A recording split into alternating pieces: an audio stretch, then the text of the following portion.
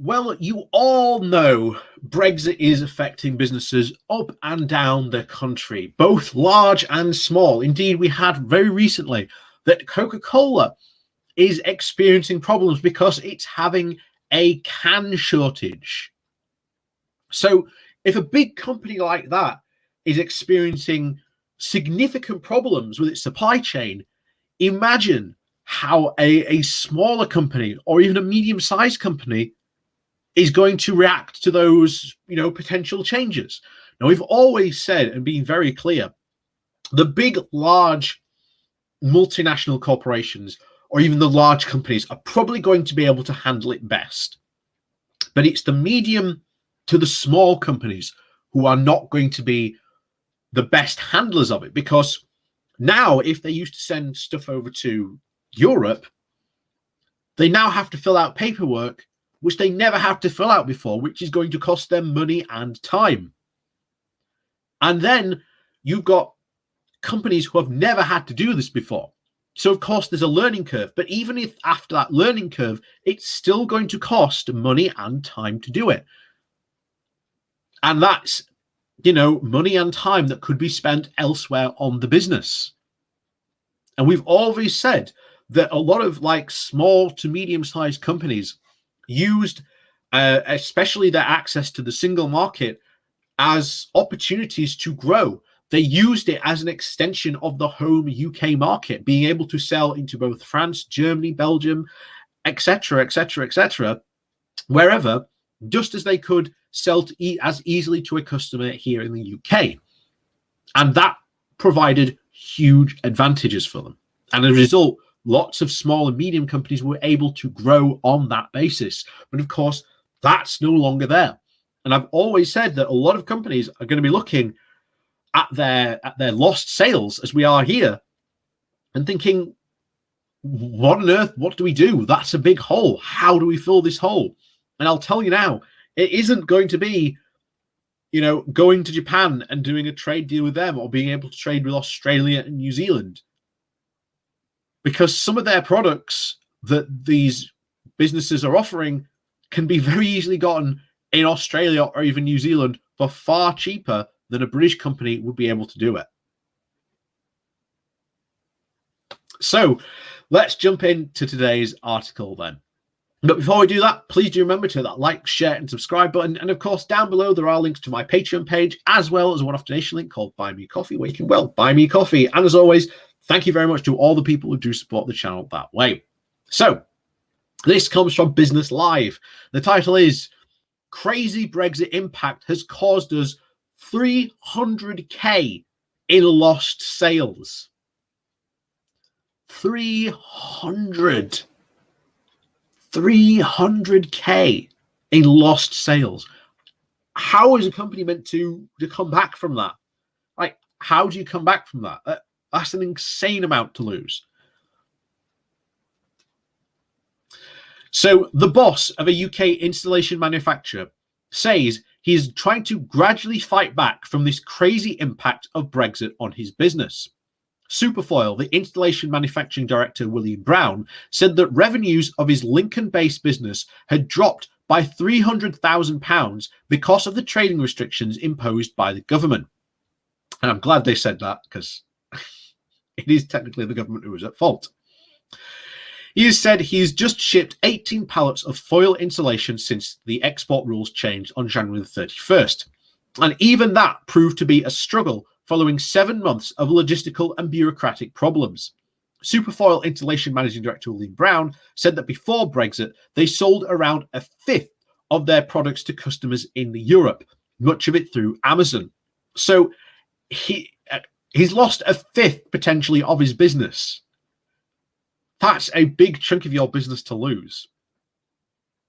He said that red tape, tax complications, and the prohibitive cost of delays and shipping mean that EU sales this year have fallen to just 2.9% of revenues. Mr. Brown said, the fact that it's a big deal for us to send a single shipment to the EU just goes to show how crazy these last few months have been. The EU used to be a really good market for us, and although there is demand for our product, we just can't get our installation to EU customers at a competitive price and time frame.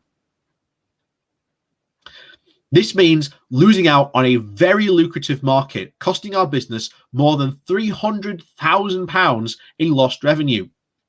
We've tried just about everything to try and get around the various problems. We've reorganized our supply lines. We've set up a Dutch subsidiary and done our best to try and set up schemes to import a one-stop shop scheme that makes things easier. But these problems have been extremely hard to overcome.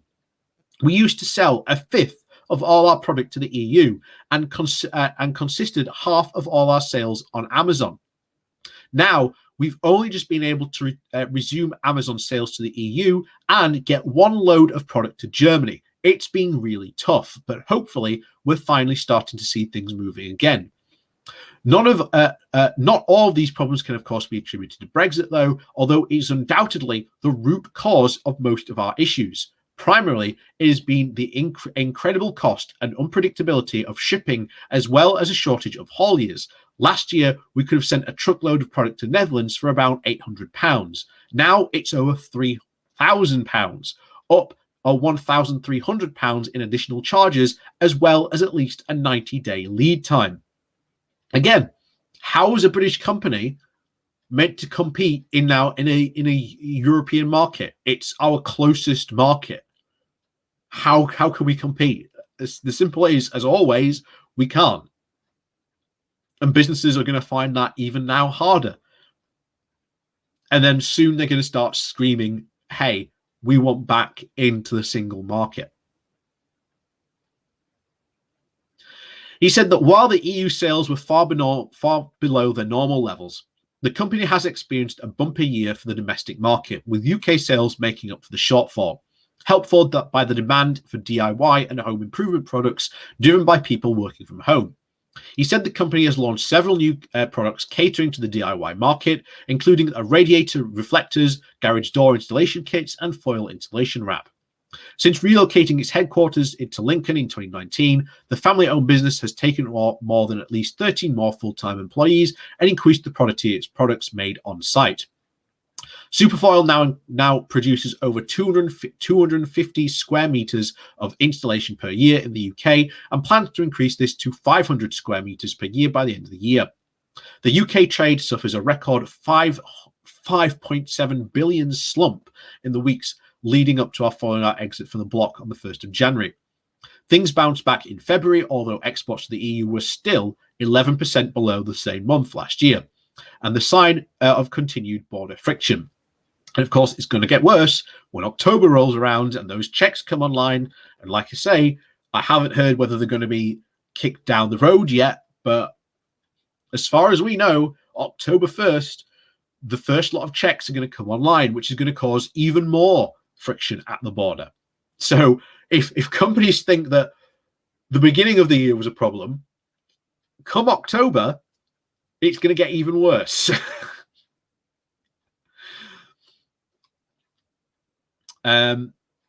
Imports from the EU have been less resilient. The remaining more than 5 billion down. Superfoil products are sold in stores including Yorkshire Trading Company range. Yeah, we don't need to read about their company history, but yeah.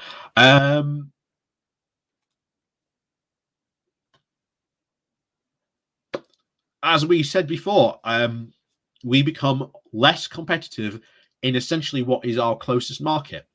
How are British companies meant to now compete in, again, our closest market? And I know there's going to be somewhat, someone says, oh, well, we'll just, go to, Australia or America or whatever. Not that easy. It is not that easy. It is not that easy. Anyone who has worked at an international company will tell you how difficult it is to sell your product abroad. The regulations, the sending the product, the time, the paperwork, everything else costs money. And then when you get over there, you've got competition from your from the local manufacturers, which very often can undercut you and block you out of the market completely because they already have a very dominant stranglehold on their market. Again, I do not see why we are so obsessed with joining the Pacific Partnership, because, as we've mentioned before, what leverage do we have to make these countries make it easier for us to send our products over there? We have absolutely no leverage. And come the Australian and the New Zealand trade deal, when we finally get to see the finer detail of these trade deals, we will see just how bad these deals really and truly are. So, as always, thank you very much for watching. Please do remember to hit that like, share, and subscribe button. And, of course, down below there are links to my Patreon page and one affiliation link called Buy Me Coffee, where you can, well, buy me coffee. And, as always, thank you very much for watching, and I'll see you all next time.